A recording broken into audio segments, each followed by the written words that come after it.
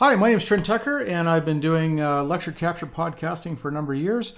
And what I wanted to do is kind of give you a brief history of that and a walkthrough of some of the gear that I use and the different use cases for that. So when I first started, it was back in about 2007, teaching at the University of Waterloo. The way we did podcasting back then, back in the day, was I would record my voice on my Macintosh using GarageBand and just one instrument, the input microphone from the laptop. And we would create an audio file. We would give that to the students along with the PowerPoint. And then they would do the hard work of combining the audio and the visual together. So it was much like a film strip projector back in elementary school in the 1970s, where the film strip, the first slide would come up and the audio would go, and then you hear beep, and then the instructor would turn to the next slide and the audio would go on. So what I found with that approach was when I was talking in front of my Macintosh, it would work great. But when I would turn and talk to some students or go walking around the classroom, nobody could really hear what was going on because the audio was sort of everywhere. And so I decided, well, if I'm going to keep doing this, I need to get myself a wireless pack. So that's what I did. I bought myself a SHURE, I think it's a PG1. I don't think they make them anymore. It's an analog system, but you choose your channel in the front and you have the wireless pack, clip it to your belt, put the microphone on your lapel. Pretty easy stuff. The battery life on this was really good. Nice and portable, easy to use.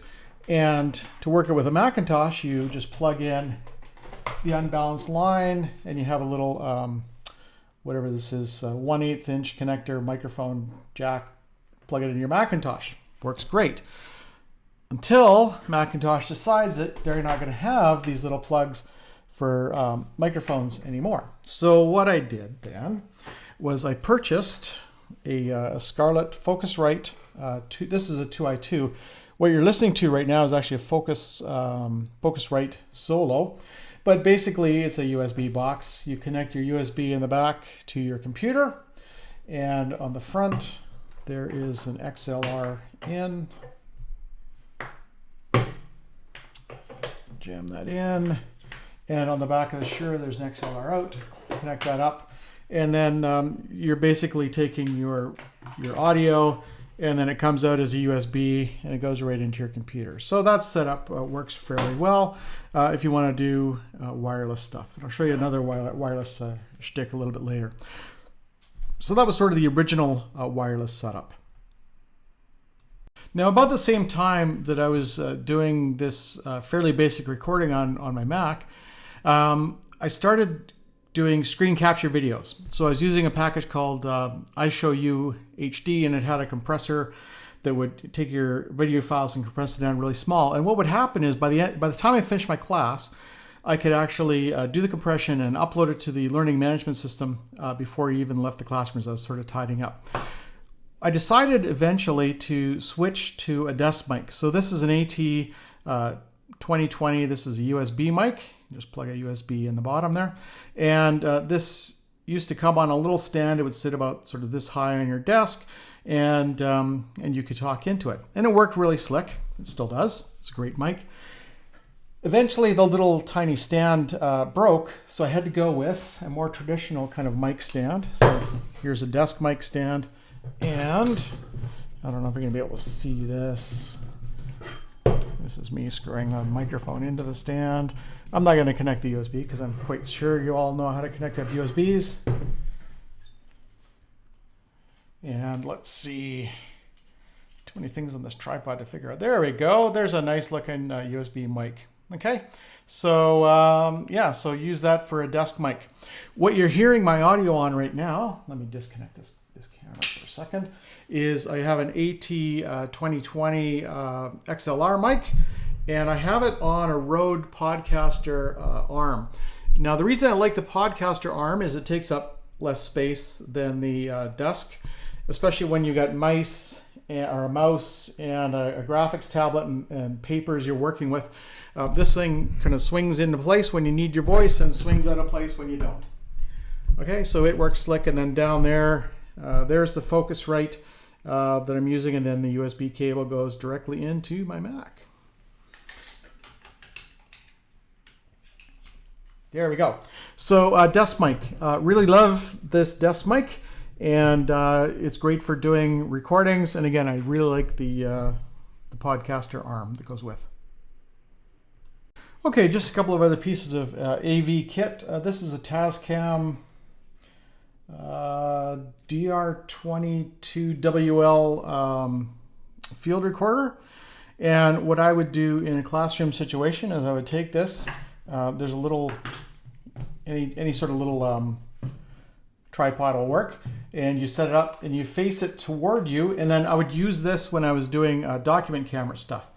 So I'd have the document camera feed running directly into my laptop and the audio going into the TASCAM.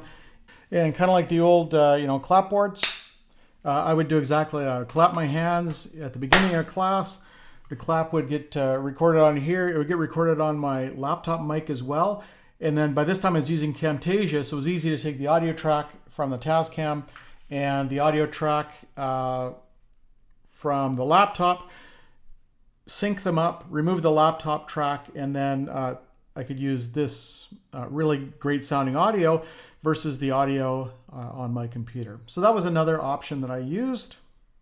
And finally, here is the bag of mystery. Whatever is inside. Well, let's open it up and see what we got here. What we got is a little tiny TASCAM recorder. And again, this just clips on your belt, and it's a recorder. It's not a wireless mic. But much like the wireless mic we had before, you get the microphone, the lav piece that clips on your lapel.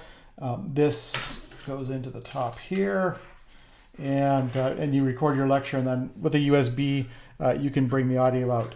So this is another way that you can record your lecture, sync up with a clap between your laptop and the audio on here, and away you go.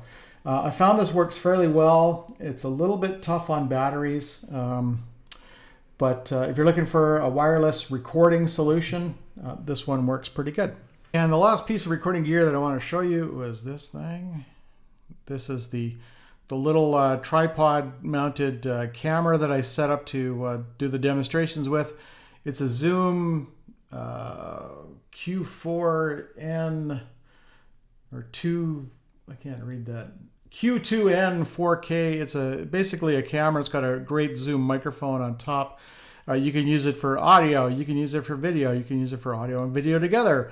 And that's the last piece of kit. So hopefully you found something in there that might be useful for your own use cases when it comes to recording your lectures and so on and so forth. And that's it. Thanks a lot for listening.